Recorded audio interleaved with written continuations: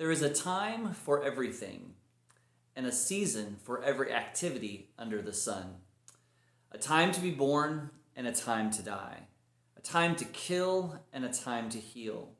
A time to weep and a time to laugh. A time to mourn and a time to dance. A time to search and a time to give up.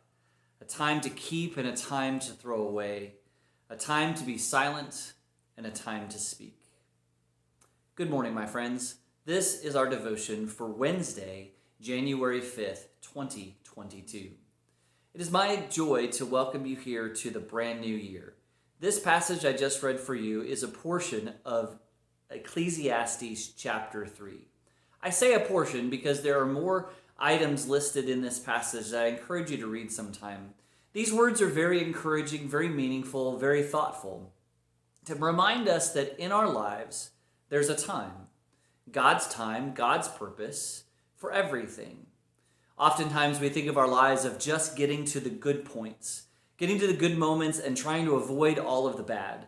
But this passage makes very clear that even the challenging, more difficult moments, the negative parts of the things that I just read for you, are part of God's design, part of God's plan to help us embrace all that life is and does in our life.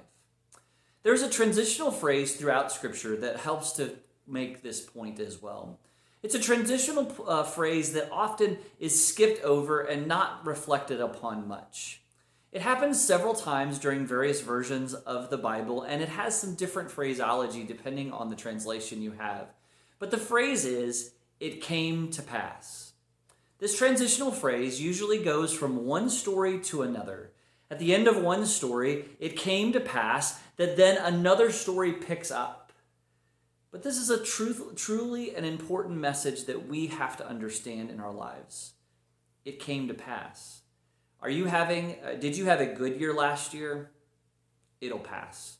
Did you have a challenging and struggling year? It'll pass. Did you have just a so-so year where you really weren't quite sure whether it was good or bad? It'll pass. The fact is that time marches on. As Ecclesiastes tells us, there's a time for everything. And the most important thing about dealing with that time is to embrace what is in front of us. Certainly the Bible teaches us, and we are advised to plan for our future, to make right steps so our future will be better. But we also need to understand that now is important. And now is a place and a time that we should embrace. And so, it'll pass. Whatever we have, whatever comes, will pass. One of the most beautiful and telling and wonderful verses in all of Scripture comes in the book of 2 Corinthians. The Apostle Paul is writing to the Corinthian church and sharing his heart and his story and everything about the gospel that he wants them to know and to practice. And when we get to chapter 12, he begins to talk about a guy he knows who has had a tremendous spiritual experience. And he says, I will boast about him and I will share his story wherever I can about how God is working. But he said, I won't share my own victories, my own things that have happened, because I don't want people to misunderstand that my boasting is not about me, but it's about God.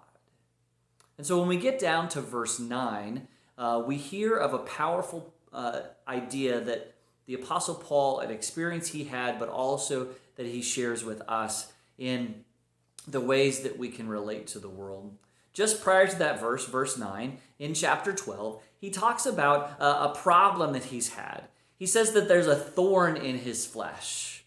We're not exactly sure what that is or what was happening, but it was a constant struggle for him because he tells us that he prayed to God 3 times to take this away from him. Have you had those moments? Or you've had something in your life where you just wanted it to get better. You wanted it to change. It might have been physical, it might have been emotional, it might have been relational. It could have been spiritual. Something that you wanted to be different and you just cried out to God, God, make it change, make it different, make me stop hurting. The Apostle Paul was in that moment and he shared that with God. He cried out. He said, God, please take this from me. And God's response that Paul tells us in 2 Corinthians chapter 12, verse 9, is something that I hope you will hold on to this coming year. It says this. It says, my grace is sufficient for you, For my power is made perfect in your weakness. My grace is sufficient for you.